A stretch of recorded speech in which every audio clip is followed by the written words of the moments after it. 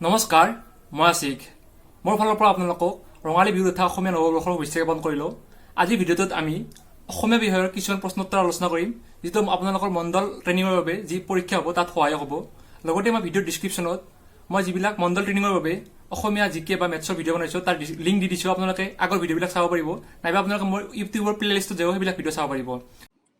The first dictionary in Assamese was compiled by Nathan Brown, Hemchandra Barua, Miles Bronson, Anandaram Dhekiyal Fukon. Answer: Miles Bronson. প্ৰথম অসমীয়া অভিধান কোনে ৰচনা কৰিছিল? Miles ব্ৰনছনে। Namghosha Jiten বাই শংকৰদেৱ মাধৱদেৱ ৰাম সৰস্বতী মাধৱ কন্দলী। নামঘোষা কোনে ৰচনা কৰিছিল? নামঘোষা মাধৱদেৱে ৰচনা কৰিছিল। আৰু নামঘোষাৰ এটা নাম হৈছে হেজাৰী ঘোষা।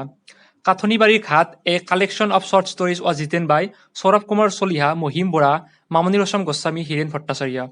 কাঠনিবাৰীৰ যি ঘাট এটা চুটিগল্প আছে কিছুমান, তাৰ ৰচক কোনি? তাৰ ৰচক হৈছে মহিম বৰা। তাৰপিছত আছে what was the first Assamese children magazine? ল'ৰা বন্ধু, মৰমৰ দেউতা, ভাইটি, সফুৰা। প্ৰথম অসমীয়া শিশু আলোচনী কি? ল'ৰা বন্ধু। Who was the first editor of Assamese magazine Jonaki? জোনাকীৰ প্ৰথম সম্পাদক কোন আছিল? লক্ষ্মীনাথ বেজবৰুৱা, আনন্দৰাম ঢেকিয়াল ফুকন, আনন্দচন্দ্ৰ আগৰৱালা, চন্দ্ৰকুমাৰ আগৰৱালা। তো জোনাকীৰ যি প্ৰথম সম্পাদক আছিল সেইটো আছিল Chandrakumar Agarwala. Who is the founder of the South East Asia Ramayana research centre? Late doctor Bhupen Hazarika, late doctor Mamoni Raisom Goswami, doctor Dhrubajyoti Bora, doctor Malini. তো এইটো answer late doctor Mamoni Raisom Goswami. তাৰ পিছৰ question, who was known as Biyogi Kabi? অৰ্থাৎ বিয়োগী কবি কাক জনাজাত? ছাইয়েদ আব্দুল মালিক, ৰঘুনাথ চৌধুৰী, নীলমণি ফুকন, নলিনীবালা দেৱী। তো বিয়োগী কবি বুলি আমি জানো ৰঘুনাথ চৌধুৰী। দ্য আছাম সাহিত্য সভা was founded in the year? Assam সাহিত্য সভা কিমান চনত গঠন কৰা হৈছিল? সেইটো এনচাৰ হ'ব 1917, 1917 আৰু শিৱসাগৰত হৈছিল।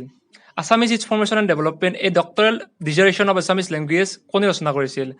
এইটো ৰচনা কৰিছিল doctor Banikanta Kakati.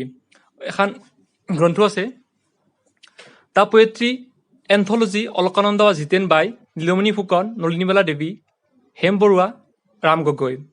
The poetry anthology Alakananda কোনে ৰচনা কৰিছিল? নলিনীবালা দেৱীয়ে ৰচনা কৰিছিল। তাৰপিছত which one is the first Assamese novel to win the Sahitya Akademi award? এইটো হৈছে ইল্লাৰিন গুণ।